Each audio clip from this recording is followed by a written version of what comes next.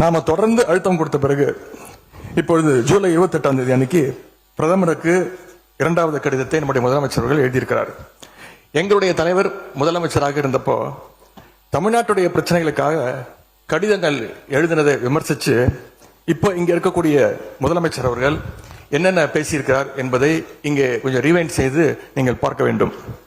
முதலமைச்சர் பேச்சதான் இங்க நான் அவை குறிப்பில் குறிப்பிட விரும்புகிறேன். அதை நீக்க மாட்டீங்க அப்படின்னு நான் நம்புறேன். ஸ்டாலின் அவர்கள் அப்பப்போ எந்திரிச்சு கடிதம் எழுதிட்டு தூங்க போயிடுவாரு, அவ்வளவுதான். அது அப்படியே கிடக்கும். மானே தேனே பொன்மானே இப்படி கடிதம் எழுதுறது எல்லாம் இனிமே வேலைக்கு ஆகாது. நான் திரும்ப ஏற்கனவே சொல்லிட்டேன். அப்புறம் நீங்கள் பேசியதை அவை குறிப்பில் நீக்க வேண்டியது வரும். நீங்கள் கொடுத்திருக்கிற விதியை நான் சிறப்பு கவன ஈர்ப்பு தீர்மானமாக எடுத்துக்கொண்டிருக்கிறேன். நீங்கள் கொடுத்து தான் பேச வேண்டும். அதெல்லாம் பேசுவதற்கு உங்களுக்கு மானிய கோரிக்கைகள் வருகிறது. மற்ற சமயத்தில் இப்போது அதை அனுமதிக்க இயலாது.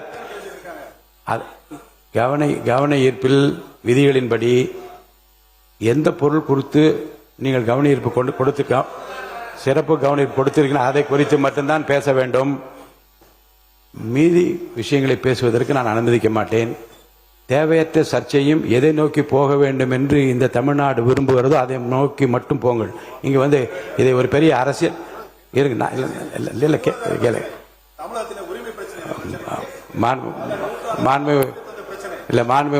முன்னாள் முதலமைச்சருக்கும் தெரியும். இந்த ஜீவாதார பிரச்சனையை எப்படி கையாளுவது என்பதை பற்றி மாநில அரசுக்கும் தெரியும். இங்கே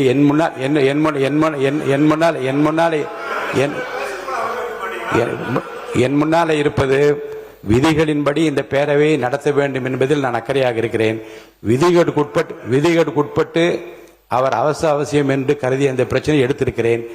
அவர் கொடுத்திருக்கிற இந்த கவன ஈர்ப்பு தீர்மானத்தில் என்ன குறிப்பிட்டிருக்கிறாரோ அந்த கருத்துக்களை சாதாரணமாக மரபு என்ன என்றால் அதை படித்துவிட்டு இந்த பிரச்சனையை உங்கள் கவனத்திற்கு கொண்டு வந்து கவனத்தை ஈர்க்கிறேன் என்று அமர்வதுதான் சரி. ஆனால் இதில் நான் பிரச்சனையின் தீவிரம் கருதி நான் அவரை பேச அனுமதித்திருக்கிறேன்.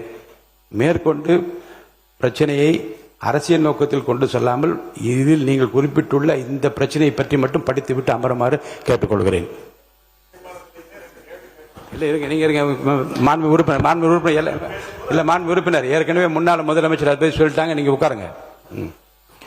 மாண்பு பேரவைத் தலைவர்கள், இந்த பிரச்சனை தீவிரமான பிரச்சனை என்று நீங்களே சொல்கிறீர்கள். நான் கேட்பதெல்லாம் ஒன்றுதான். நாங்கள் தொடர்ந்து அனைத்து கட்சி கூட்டத்தை கூட்ட வேண்டும் என்று கேட்டுக்கொள்கின்றேன். காவிரியில இந்த பிரச்சனை தீர்ப்பதற்காக கர்நாடக அரசு தொடர்ந்து அனைத்து கட்சி கூட்டத்தை கூட்டிட்டு இருக்காங்க. அங்க இருக்கிறவங்க எல்லாருடைய கருத்துக்களையும் கேட்கிறாங்க. ஏன் தமிழக அரசு அனைத்து கட்சி கூட்டத்தை கூட்டுவதை தவிர்க்கின்றது என்பதுதான் எங்களுடைய கேள்வி.